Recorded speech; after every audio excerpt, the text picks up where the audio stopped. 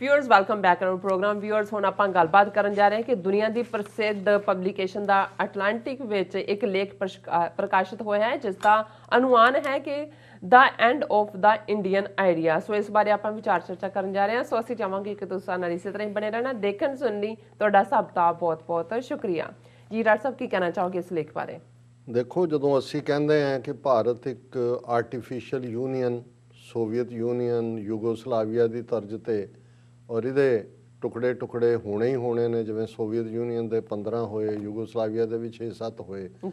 ਤੇ ਸ਼ਾਇਦ ਕਈਆਂ ਨੂੰ ਲੱਗਦਾ ਹੈ ਵੀ ਪਤਾ ਨਹੀਂ ਇਹ ਡੇ ਡਰੀਮਿੰਗ ਕਰਦੇ ਨੇ, ਕਈਆਂ ਨੂੰ ਇਹ ਵੀ ਲੱਗਦਾ ਰਿਹਾ, ਹੁਣ ਤਾਂ ਖੈਰ ਬਹੁਤ ਸਾਰੇ ਸਹਿਮਤ ਹੋਣੇ ਸ਼ੁਰੂ ਹੋ ਗਏ ਨੇ, ਉਹਨੂੰ ਇਹ ਵੀ ਲੱਗਦਾ ਰਿਹਾ ਜੀ ਇਹਨਾਂ ਨੇ ਆਪਣਾ ਇੱਕ ਨੈਰੇਟਿਵ ਬਿਲਡ ਕੀਤਾ ਹੋਇਆ ਹੈ, ਉਸੇ ਹੀ ਕੋਕੂਨ ਦੇ ਵਿੱਚ ਬੜੇ ਹੋਏ ਨੇ, ਉਹਦੇ ਚੋਂ ਨਿਕਲ ਕੇ ਦੇਖਦੇ ਹੀ ਨਹੀਂ ਹੈ। ਪਰ ਇੱਕ ਆਰਟੀਕਲ ਜਿਹੜਾ ਜੋ ਇਸ ਵੇਲੇ ਚੱਲ ਰਿਹਾ ਆਲਰੇਡੀ ਇੰਟਰਨੈਸ਼ਨਲੀ ਐਕਸਪੋਜ਼ ਹੋ ਗਏ। ਕਦੇ ਵੀ ਕਿਸੇ ਦੇ ਮਰਨ ਤੋਂ ਪਹਿਲਾਂ ਜ਼ਾਹਰ ਹੁੰਦਾ ਹੈ ਕਿ ਭਾਈ ਜੇ ਕੁੱਤਾ ਪਾਗਲ ਹੈ ਤੇ ਪਹਿਲਾਂ ਉਹ ਪਤਾ ਹੋਣਾ ਚਾਹੀਦਾ ਹੈ ਕਿ ਭਾਈ ਇਹ ਪਾਗਲ ਹੈ, ਉਹਨੂੰ ਫੇਰ ਹੀ ਮਾਰਿਆ ਜਾਂਦਾ ਹੈ, ਅਦਰਵਾਈਜ਼ ਤਾਂ ਉਹ ਜਿਹੜਾ ਉਹ ਤੁਰਿਆ ਜਾਏਗਾ, ਆਪਣਾ ਕੰਮ ਕਰੇਗਾ।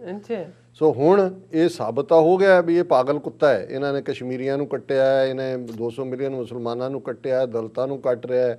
ਹੁਣ ਜਿਹੜੇ ਹੱਥ ਫੀਡ ਕਰਦੇ ਨੇ ਕਿਸਾਨ, ਹਾਂ, ਉਹਨਾਂ ਨੂੰ ਕੱਟ ਰਿਹਾ।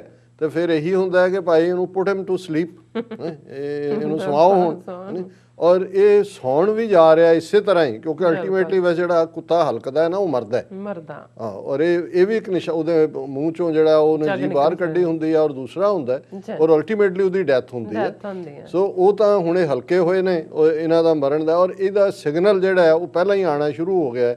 ਔਰ ਜਿਵੇਂ ਜਿਹੜਾ ਦ ਐਟਲਾਂਟਿਕ ਦੁਨੀਆ ਦੀ ਇੱਕ ਬੜੀ ਪ੍ਰੈਸਟੀਜੀਅਸ ਪਬਲੀਕੇਸ਼ਨ ਹੈ, ਔਰ ਉਹਦੇ 'ਚ ਐਜ਼ ਏ ਗੈਸਟ ਕਾਲਮ ਜਿਹੜਾ ਇੱਕ ਰਾਈਟਰ ਲਿਖਣ ਵਾਲੀ ਵੀ ਬੀਬੀ ਹੈ, ਵਿਦਿਆ ਕ੍ਰਿਸ਼ਨਨ, ਜ਼ਾਹਰ ਹੈ ਇੱਕ ਹਿੰਦੂ ਲੇਡੀ ਹੈ। ਔਰ ਇਹ ਕਾਰਵਾਂ ਜਿਹੜਾ ਇੱਕ ਡਾਈਸੈਂਟਿੰਗ ਵਿਊ ਵਾਲਾ ਹੈ, ਹਾਲਾਂਕਿ ਕੋਈ ਕਾਰਵਾਂ ਕੋ ਖਾਲਿਸਤਾਨੀ ਨਹੀਂ ਹੈਗੇ ਜਾਂ ਕਸ਼ਮੀਰ ਦੀ ਆਜ਼ਾਦ, ਪਰ ਘੱਟੋ ਘੱਟ ਇਹ ਬਿਲੀਵ ਕਰਦੇ ਨੇ ਕਿ ਜਰਨਲਿਜ਼ਮ ਦੇ ਵਿੱਚ ਇੰਡੀਪੈਂਡੈਂਸ ਰਹਿਣੀ ਚਾਹੀਦੀ ਹੈ, ਔਰ ਉਹਦੇ 'ਚ ਤੁਸੀਂ ਹਕੂਮਤੀ ਦਖਲ ਅੰਦਾਜ਼ੀ ਨਾਲ ਤੁਸੀਂ ਕੋਈ ਕਰਾਓਗੇ ਤੇ ਉਹ ਸਾਡੀ ਜਰਨਲਿਸਟਿਕ ਫਰੀਡਮ ਦੇ ਵਿੱਚ ਦਖਲ ਅੰਦਾਜ਼ੀ ਹੈ। ਸੋ ਇੰਨਾ ਕਿ ਇਹਨਾਂ ਨੂੰ ਅਸੀਂ ਕ੍ਰੈਡਿਟ ਜ਼ਰੂਰ ਦਿੰਦੇ ਹਾਂ, ਦਾ ਪ੍ਰਿੰਟ ਹੋਏ, ਕਾਰਵਾਂ ਹੋਏ। ਹਾਲਾਂਕਿ ਇਹਨਾਂ ਦੇ ਅੰਦਰ ਵੀ ਬਿਲਟ ਇਨ ਤਾਂ ਉਹ ਇੰਡੀਅਨ ਨੈਸ਼ਨਲਿਜ਼ਮ ਹੈ, ਇੱਕ ਡਿਫਰੈਂਟ ਕੈਟਾਗਰੀ ਦਾ, ਜਿਹਨੂੰ ਸੈਕੂਲਰਿਜ਼ਮ ਦੇ ਨਾਂ ਥੱਲੇ ਇਹ ਕਹਿੰਦੇ ਨੇ। ਔਰ ਇਸ ਬੀਬੀ ਦਾ 3 ਫਰਵਰੀ ਦਾ ਆਰਟੀਕਲ ਵਿਦਿਆ ਕ੍ਰਿਸ਼ਨਨ ਦਾ ਐਟਲਾਂਟਿਕ ਛਪਿਆ, ਜਿਹਦਾ ਉਨਵਾਨ ਜਿਹੜਾ ਔਰ ਜਿਹਨੂੰ ਸਿਰਲੇਖ ਟਾਈਟਲ ਕੋਈ ਵੀ ਲਫ਼ਜ਼ ਉਹ ਇਹੀ ਹੈ, ਦ end of the Indian idea. ਇਹ ਆਪਣੇ ਆਪ 'ਚ ਹੀ ਮੁਕੰਮਲ ਹੈ। ਉਹਨੂੰ ਕਹੋ ਜੀ ਐਂਡ ਤੋਂ ਵੀ ਪਹਿਲਾਂ ਦਾ ਐਂਡ ਹੈ ਨਾ। ਫਿਲਮਾਂ ਹੁੰਦੀਆਂ ਵਿੱਚ ਆ ਗਿਆ ਇੰਟਰਵਲ, ਇੰਟਰਵਲ 'ਚੋਂ ਨਿਕਲ ਕੇ ਹੁਣ ਆ ਗਿਆ ਅਖੀਰ 'ਚ ਮੁੱਕਣ ਤੇ ਦਾ ਐਂਡ। ਤੇ ਬਹੁਤਿਆਂ ਨੂੰ ਪਤਾ ਲੱਗ ਜਾਂਦਾ ਵੀ ਹੁਣ ਹੀਰੋ ਹੀਰੋਇਨ ਦਾ ਵਿਆਹ ਹੋ ਗਿਆ, ਜਿਹੜਾ ਦੂਜਾ ਸ਼ੈਤਾਨ ਵਿੱਚ ਹੁੰਦਾ ਕਿ ਉਹਨੂੰ ਕਹਿੰਦੇ ਨੇ ਵਿਲਨ, ਉਹ ਮਰ ਗਿਆ। ਉਹ ਪਹਿਲਾਂ ਹੀ ਕੁਰਸੀਆਂ ਤੋਂ ਉੱਠਣਾ ਸ਼ੁਰੂ ਕਰ ਦਿੰਦੇ ਸੀ ਕਿ ਭਾਈ ਹੁਣ ਫਿਰ ਉਹ ਦਾ ਐਂਡ ਹੀ ਹੁੰਦਾ ਸੀ। ਹੁਣ ਇਹਨਾਂ ਦਾ ਵੀ ਦਾ ਐਂਡ ਆਫ ਇੰਡੀਅਨ ਆਈਡੀਆ, ਇਹ ਜਿਹੜਾ ਸੋ ਕਾਲਡ ਸੈਕੂਲਰਿਜ਼ਮ ਬਣਾ ਕੇ, ਔਰ ਇਹ ਉਹਦੇ 'ਚ ਉਹਨੇ ਕਿਹਾ ਸਬ ਹੈਡਿੰਗ ਹੈ, crackdown on country's press is the latest in a pattern of intimidation against news outlets. ਕਿ ਜਿਵੇਂ ਹੁਣ ਆਲਮੋਸਟ 10-11 ਜਰਨਲਿਸਟ ਇਹਨਾਂ ਨੇ ਉਹਨਾਂ ਨੂੰ ਬੁੱਕ ਕਰ ਲਿਆ, ਔਰ ਦੂਸਰੇ ਉਹਨਾਂ 'ਚ ਪ੍ਰੋਮੀਨੈਂਟ ਰਾਜ ਦੇਸਾਈ ਵਰਗੇ ਲੋਕ ਵੀ ਨੇ, ਵੱਡੇ ਚੈਨਲ ਕਾਰਵਾਂ ਦੇ ਦਫ਼ਤਰ 'ਤੇ ਵੀ ਰੇਡ ਕੀਤੇ ਨੇ।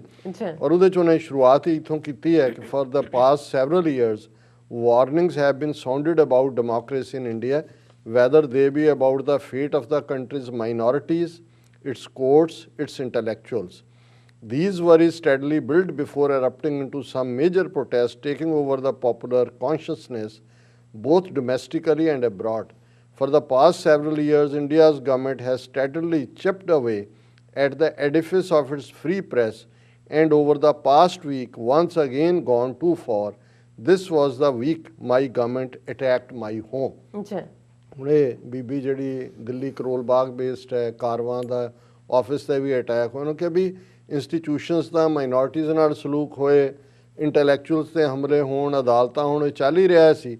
ਪਰ ਹੁਣ ਇੱਕ ਕਦਮ ਅੱਗੇ ਜਾ ਕੇ ਉਹਨਾਂ ਨੇ ਡਾਇਰੈਕਟਲੀ ਫਿਰ ਉਹਨਾਂ ਨੇ ਆਪਣਾ ਦਫ਼ਤਰ ਦਾ ਵੇਰਵਾ ਦਿੱਤਾ ਹੈ, ਕਾਰਵਾਂ ਦੀ ਉਹਨਾਂ ਨੇ ਗੱਲ ਕੀਤੀ ਹੈ ਕਿ ਭਾਵੇਂ ਇੱਕ ਛੋਟਾ ਜਿਹਾ ਮੈਗਜ਼ੀਨ ਹੈ, ਪਰ ਇਹ ਜਿਹੜਾ ਇੱਕ ਚੈਲੰਜ ਦੇ ਲਈ ਜਾਣਿਆ ਜਾਂਦਾ ਹੈ, ਔਰ ਇਹਦੀ ਰੀਡਰਸ਼ਿਪ ਭਾਵੇਂ ਬਹੁਤੀ ਨਹੀਂ ਹੈ, पर ਇਹਦੇ ਬਾਵਜੂਦ ਕਿ Caravan is a freelance journalist typically on health and science with a particular focus over the past year on the coronavirus pandemic।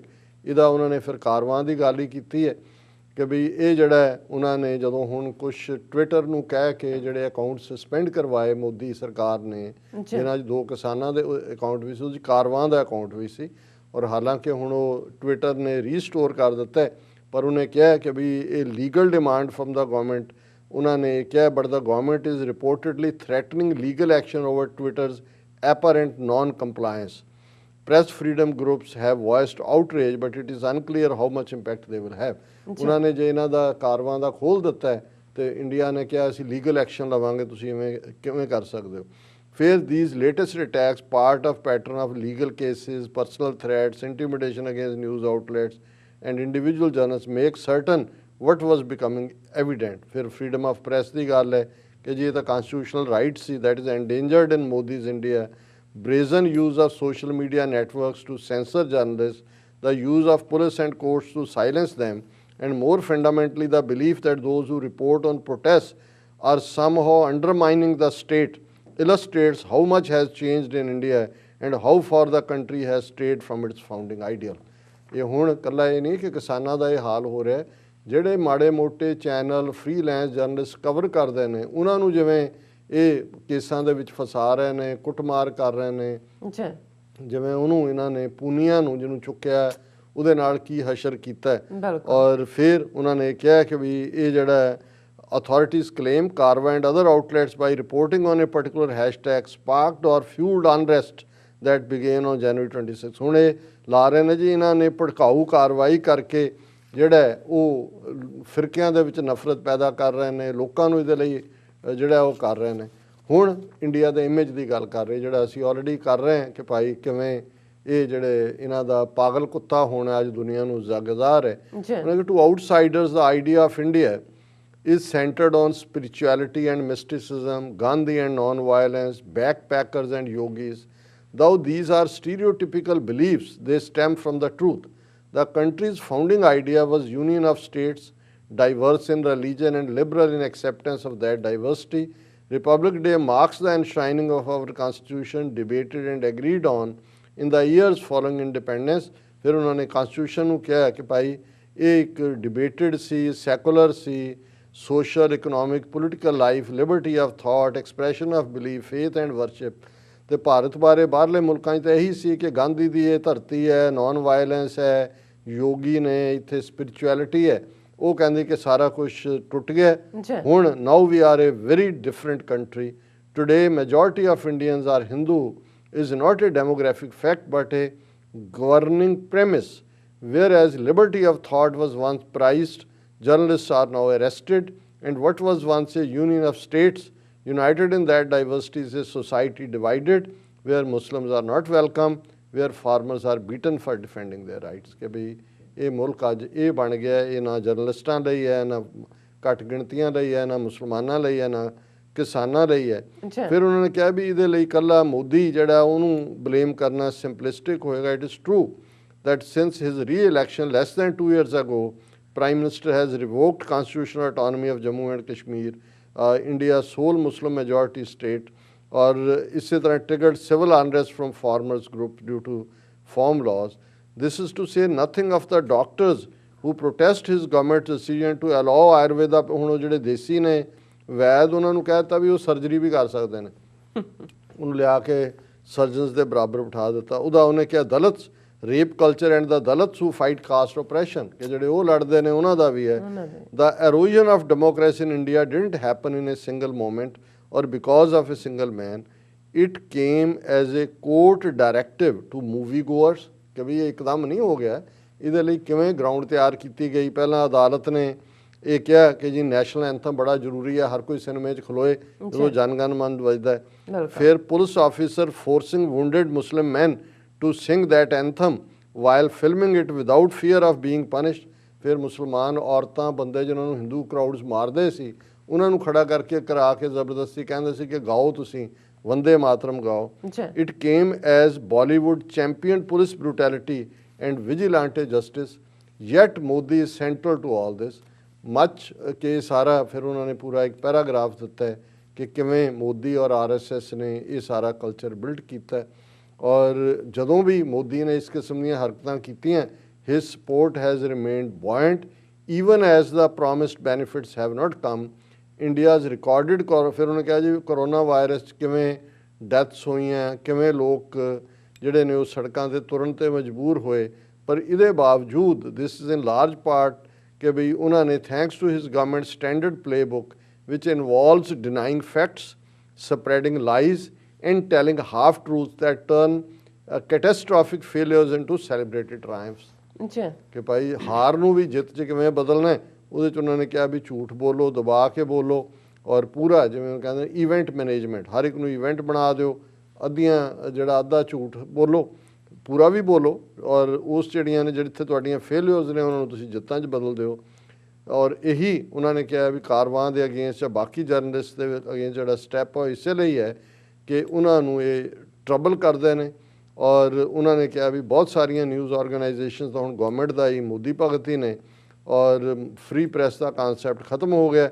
ਔਰ ਇਸ ਸਾਰੇ ਦੇ ਨਾਲ ਉਹਨਾਂ ਨੇ ਅਖੀਰ 'ਚ ਇਹ ਕਿਹਾ, A country as enormous and complex in India is more than its flags, anthems and monuments. It is made up of things that are once powerful and fragile, ideas of equality, justice, liberty, fraternity। ਕਿ India anthem ਜਾਂ ਤਿਰੰਗੇ ਜਾਂ ਗਊ ਮਾਤਾ ਦਾ ਮੁਲਕ ਨਹੀਂ ਹੈ, ਇਹਦੇ 'ਚ ਅਸਲੀ ਗੱਲ ਕਿਸੇ ਮੁਲਕ ਦੀ ਤਾਕਤ ਉਹਦੀ ਇਕੁਆਲਿਟੀ, ਜਸਟਿਸ, ਲਿਬਰਟੀ ਔਰ ਫਰੈਟਰਨਿਟੀ ਹੁੰਦਾ ਹੈ। ਔਰ ਇਸ ਸਾਰੇ ਦੇ ਵਿੱਚ in its outright assault on the press on truth, Modi's government has hollowed out these ideas and thus the soul of the nation। ਹੁਣ ਜਿਹੜਾ ਨੇਸ਼ਨ ਹੈ ਉਹਦੀ ਰੂਹ ਮਾਰ ਦਿੱਤੀ ਹੈ ਮੋਦੀ ਨੇ। Or Indians do not share a common set of facts any longer or attribute the same meaning to words. ਇੱਕੋ ਜਿਹਾ ਨਹੀਂ ਵੰਡ ਕੇ ਰੱਖ ਦਿੱਤਾ ਹੈ। Citizens must be obedient, faithfuls or bhagats as Modi supporters are known. ਹੁਣ ਭਾਰਤ 'ਚ ਇੱਕੋ ਹੀ ਆ ਕਿ ਮੋਦੀ ਭਗਤ ਬਣ ਜਾਓ ਜੇ ਜਾਨ ਬਚਾਣੀ ਹੈ। India's inherent complexity stemming from its religious and cultural diversity has been weaponized। ਕਿ ਜਿਹੜੀ ਉਹਦੀ ਖੂਬਸੂਰਤੀ ਸੀ, ਉਹਦਾ ਅੱਡ ਅੱਡ ਹੋਣਾ, ਵਿਭਿੰਨਤਾ ਮੇਂ ਏਕਤਾ, ਉਹਨੂੰ ਹੀ ਉਹਨਾਂ ਨੇ ਹਥਿਆਰ ਬਣਾ ਲਿਆ। with each sacrifice we will chip away at the founding ethos outlined in our constitution and heralded on Republic Day until those words have no meaning। ਕਿ ਭਾਈ ਇਹ ਜਾ ਰਿਹਾ ਹੈ, ਔਰ ਮੈਂ ਸਮਝਦਾ ਹਾਂ ਕਿ ਭਾਈ ਅਲਟੀਮੇਟਲੀ ਅਸੀਂ ਤਾਂ ਇਹ ਦੁਆ ਹੀ ਕਰ ਸਕਦੇ ਹਾਂ ਕਿ ਇਸ ਬੀਬੀ ਵਿਦਿਆ ਕ੍ਰਿਸ਼ਨ ਦੀ ਜਿਹੜੀ ਉਸ ਨੇ ਅਰਕ ਕੱਢਿਆ ਸਾਰੀ ਗੱਲ 'ਚੋਂ, ਐਂਡ ਆਫ ਇੰਡੀਅਨ ਆਈਡੀਆ, ਰੱਬ ਜਿਹੜਾ ਹੈ ਇਸ ਨੂੰ ਕੀ ਕਹਿੰਦਾ ਹੁੰਦੇ ਨੇ, ਆਮੀਨ ਜੀ। ਜਾਨ ਛੁੱਟੇ ਲੋਕਾਂ ਦੀ ਉਹਨੇ ਕੀ ਇਹ ਤੁਸੀਂ ਤਿਰੰਗਾ ਲਪੇਟ ਕੇ ਰੱਖੋ ਜਿਨ੍ਹਾਂ ਨੇ ਰੱਖਣਾ, ਬਾਕੀਆਂ ਦੀ ਜਾਨ ਛੱਡੋ ਤਾਂ ਕਿ ਅਮਨ ਅਮਾਨ ਹੋਏ ਉੱਥੇ, ਔਰ ਰੱਬ ਦੀ ਖਲਕਤ ਜਿਹੜੀ ਹੈ ਸੁਖੀ ਵਸੇ। ਜੀ ਡਾਕਟਰ ਸਾਹਿਬ ਤੁਹਾਡਾ ਬਹੁਤ ਬਹੁਤ ਸ਼ੁਕਰੀਆ। ਸੋ ਇੱਥੇ ਲੈਣੇ ਬ੍ਰੇਕ। ਵਿਊਅਰਸ ਤੁਸੀਂ ਕਿਤੇ ਨਹੀਂ ਜਾਣਾ, ਮਿਲਦੇ ਹਾਂ ਆਫਟਰ ਦਿਸ ਸ਼ਾਰਟ ਬ੍ਰੇਕ।